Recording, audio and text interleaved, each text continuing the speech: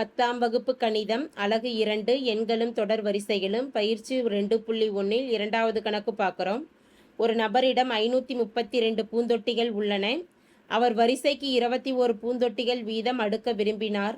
எத்தனை வரிசைகள் முழுமை பெறும் எனவும் மற்றும் எத்தனை பூந்தொட்டிகள் மீதம் இருக்கும் எனவும் காண்க அப்படின்னு கேட்டிருக்கிறாங்க. இந்த கணக்கையும் நம்ம எதில் பயன்படுத்த போகிறோன்னா யூக்ளிடின் தேற்றத்தை பயன்படுத்தி தான் நிறுவ போகிறோம். யூக்ளிடின் துணை தேற்றத்தை எழுதிக்கலாம்.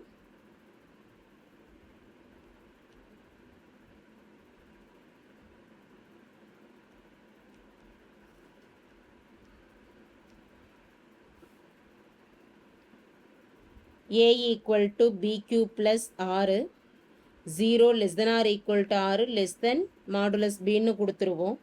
அப்போ இந்த இடத்துல நமக்கு ஏவோட மதிப்பு, அதாவது ஒரு நபரிடம் 532 பூந்தொட்டிகள் உள்ளன. இதில் ஏவோட மதிப்பு 532ன்னு கொடுத்துருக்குது, அதை எழுதிடலாம். இங்கு ஏ ஈக்குவல் டு 532. அதே போல் ஒரு வரிசைக்கு 21 பூந்தொட்டிகள் வீதம் அடுக்க விரும்பினார். அப்போ பியோட மதிப்பு 21, மொத்த வரிசைகளின் எண்ணிக்கை 21. அப்போ பியோட மதிப்பையும் ஏவோட மதிப்பையும் இந்த தேற்றத்தில் பிரதியிடுவோம். 532 ஈக்குவல் டு 532 மொத்த வரிசைகளின் எண்ணிக்கை 21ன்னு கொடுக்கப்பட்டதுனால 21ஆல் வகுக்கலாம்.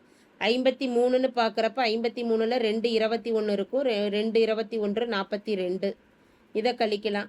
3 - 2ஓட மதிப்பு 1, 5 - 4ஓட மதிப்பு 1. அடுத்த எண் 2 கீழே இறக்கலாம். இப்போ 2 கீழே எடுத்துட்டு இதை பெருக்கிறோன்னா 5 முறை வரும். 4 5 5, 2 10. அப்போ இங்கே 10ன்னு வருது.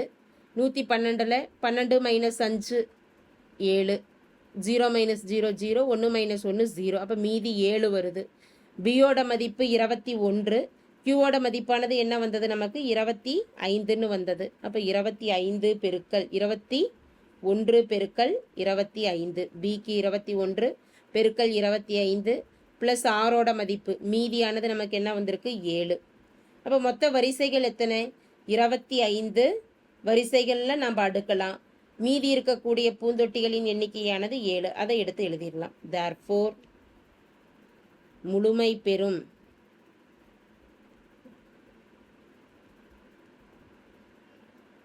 வரிசைகள் எண்ணிக்கை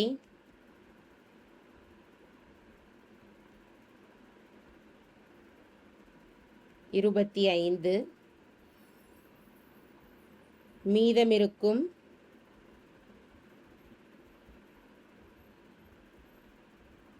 பூந்தொட்டிகளின்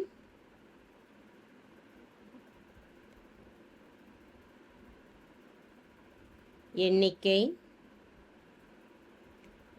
7. தேங்க்யூ.